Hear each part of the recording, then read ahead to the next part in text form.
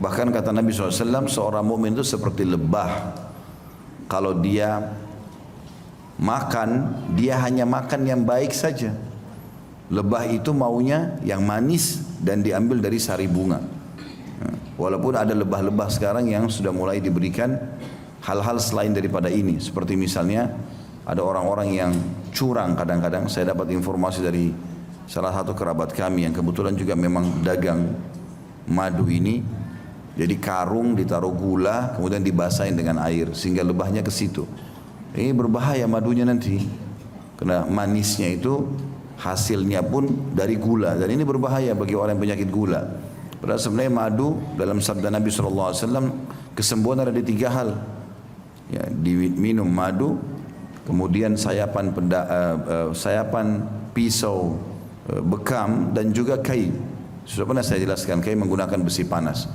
Tapi akhirnya berubah, gitu kan? Berubah karena dia salah. Dia memberikan makanan lebahnya bukan seperti yang alami. Padahal umumnya lebah, kalau yang normal di hutan, di gurun pasir, itu semuanya dia kalau makan hanya yang bagus saja. Dan dalam kelompok lebah itu ada yang bertugas, mereka bekerja tim yang sangat bagus. Ada yang bertugas khusus dia untuk mencari di mana sari-sari bunga yang ada. Dan kalau dia sudah dapat, dia akan pulang ke teman-temannya. Dia tidak ambil dulu, dia pulang ke teman-temannya. Lalu dia memberikan isyarat kalau di sini arahnya, di sini arahnya. Barulah semua lebah-lebah pada datang ke sana, baru mereka rame-rame memakan. Dan tidak ada lebah satu sama yang lain yang mengambil jatah yang lainnya. Maka lebah, kata Nabi SAW, kalau makan hanya makan yang baik saja, manis dan dari sari bunga, gitu kan. Kemudian kalau dia memberi, dia hanya memberi yang terbaik. Dia hanya mengeluarkan madu, dan madu juga bagus bagi manusia, sehat. Bahkan Allah SWT sebutkan memang madu secara khusus dalam surah An-Nahl, surah tentang lebah ini, disebutkan bahwasanya dia akan menjadi syifa linnas, obat untuk manusia. Kalau di Timur Tengah teman-teman, madu itu dijadikan sebagai obat untuk semua penyakit. Mereka betul-betul yakin dengan sabda Nabi SAW. Ya. Jadi bukan hanya sekedar untuk stamina, tapi sakit apapun. Seseorang teman yang saya kenal dari Syria mengatakan pernah ada orang kena, dia tabrakan, batok kepalanya pecah.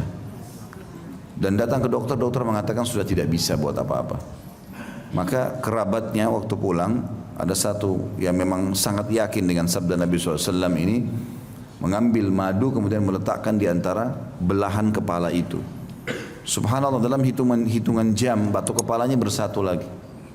Tapi kadang-kadang orang tidak memikirkan masalah itu karena kurang keyakinan. Nabi SAW kembali ke bahasan kita tadi mengatakan orang mukmin seperti lebah. Dia kalau makan yang bagus saja, dia kalau memberi juga yang bagus, dan dia kalau hinggap di sebuah tempat tidak merusaknya. Kadang-kadang sarang lebah teman-teman, walaupun dia bergantung di ranting atau pohon yang kering, itu tidak jatuh, ya, tidak merusak itu. Walaupun dia bergantung ya di atas tebing, tidak jatuh. Padahal sebenarnya bisa jatuh karena beratnya, banyak madunya gitu kan. Tapi subhanallah, kuasa Allah, Allah kasih begitu. Jadi tidak mengganggu yang lainnya.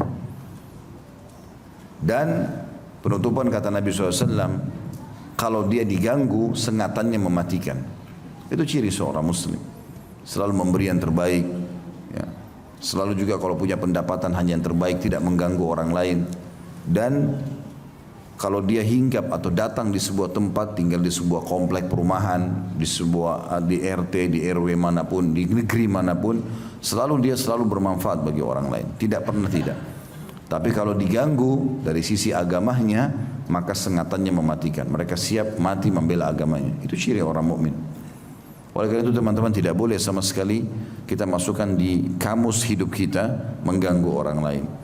Hasad dengan orang lain, iri, tidak boleh. Apa yang Allah berikan kepada kita, kita syukuri dan kita nikmati itu. Karena dalam bersyukur Allah janji akan bertambah.